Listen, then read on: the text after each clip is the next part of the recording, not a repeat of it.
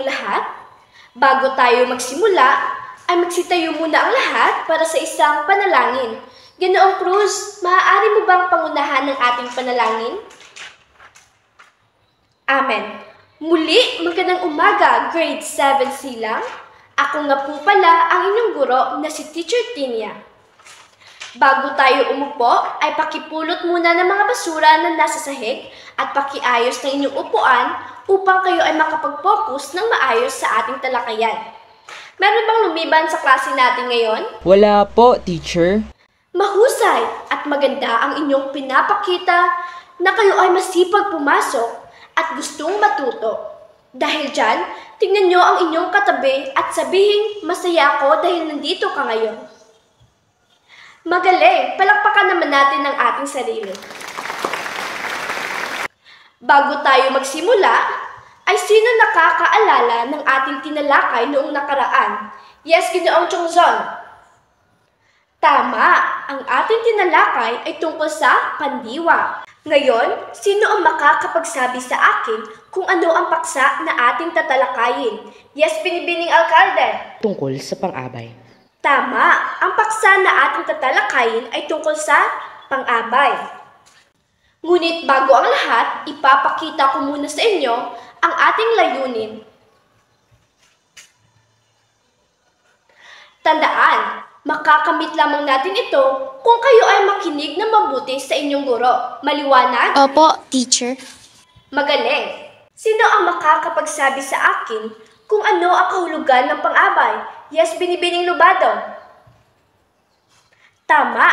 Ang pang-abay ay isang bahagi ng pananalita at ito ay naglalarawan o nagbibigay turing sa pandiwa, pang-uri at kapwa pang-abay. Ito ang halimbawa ng pang-abay na nagbibigay turing sa pandiwa. Mataimtim na nagdarasal si Nanay Delia. Paano nagdarasal si Nanay Delia? Ang pang-abay ay naglalarawan kung paano nagdarasal si Nanay Delia. At ang salitang mataimtim ay nagbibigay turing sa salitang nagdarasal. Dahil ang mataimtim ay ang pang-abay at ang nagdarasal ay ang pandiwa.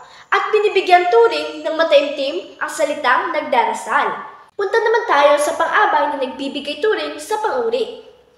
Talagang matalino si Lucas. Ang salitang matalino ay isang pang-uri na naglalarawan kay Lucas. At ano naman ang salitang pang-abay natin dito? Ay ang salitang talagang. At ang salitang talagang na pang-abay ay nagbibigay turing sa salitang matalino. Maliwanag, magaling at inyong naiintindihan. Punta naman tayo sa pang-abay na nagbibigay turing sa kapwa pang-abay. Meron tayo dito ang halimbawa. Talagang maayos na isinulat ni Charles ang kanyang sagot. Meron tayong talagang bilang pang-abay, meron tayong maayos bilang pang-abay, at meron tayong isinulat bilang pandiwa. At ang talagang ay nagbibigay turing sa kapwa pang-abay na maayos. At ito ay sumasagot sa paano isinulat ni Charles ang kanyang sagot. Isinulat ng talagang maayos. Nagbibigay turing ang talagang nasalita sa maayos. At ito ay ang kapwa niyang pang-abay. Naintindihan niyo ba? Opo, teacher. Magaling at inyong naiintindihan. Alam niyo rin ba na mayroong iba't ibang uri ang pang-abay? Ngayon, sino ang makakapagsabi sa akin kung ano ang mga iba't ibang uri ng pang-abay? Yes, Binibining Silva. Tama, meron tayong pang-abay na pamanahon, panlunan at pamaraan. Ngayon, sino ang makakapagpaliwanag kung ano ang pang-abay na pamanahon? Yes, Binibining Christine.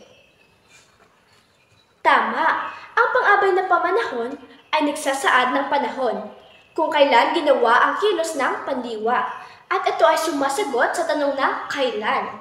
Halimbawa, ang bahay namin sa Laguna ay itinayo noon pang ika-7 taon ng Pebrero. Kailan itinayo ang bahay namin sa Laguna? Ika-7 taon ng Pebrero. Naiintindihan niyo ba? Ngayon, punta naman tayo sa pang-abay na panlunan. Sino ang makakapagsabi sa akin kung ano ang kahulugan ng pang-abay na panlunan? Yes, Binibining Criza. Tama, ang pang-abay na panlunan ay nagsasaad ng pook o lugar na pinangyarihan ng kilos.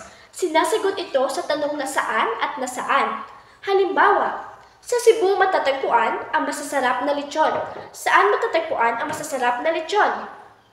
Tama, sa Cebu. Ngayon, punta naman tayo sa pang-abay na pamaraan.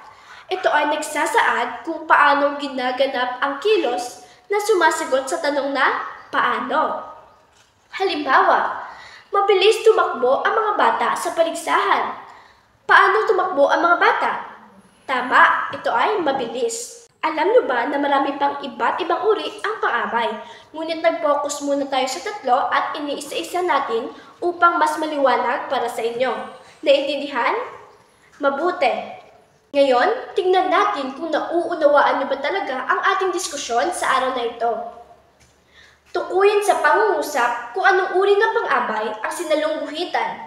Una, maingat na umakyat sa puno si Leo. Anong uri ng pang-abay ang maingat? Tama, ito ay pang-abay na pamaraan. Pangalawa, kanina pa naghihintay sa labas ang baitang Apat Rizal. Anong uri ng pang-abay ang kanina? Tama, ito ay pang-abay na pamanahon. Pangatlo, dahan-dahang itinulak ni Vena ang pinto. Anong uri ng pang-abay ang dahan-dahan? Ito ay pang-abay na pamaraan. Pang-apat, sa kalsada ako naglalakad nang naabutan ako ng ulan. Anong uri ng pang-abay ang sa kalsada? Tama, ito ay pang-abay na panlunan. Para sa ikalimang tanong, mabilis ikinuha ni Ana ang kanyang bola. Anong uri ng pang-abay ang mabilis? Tama, ito ay pang-abay na pamaraan. At para naman sa inyong takdang aralin, sumulat ng 5 pangungusap na gamit ang pang-abay na pamanahon, panlunan at pamaraan.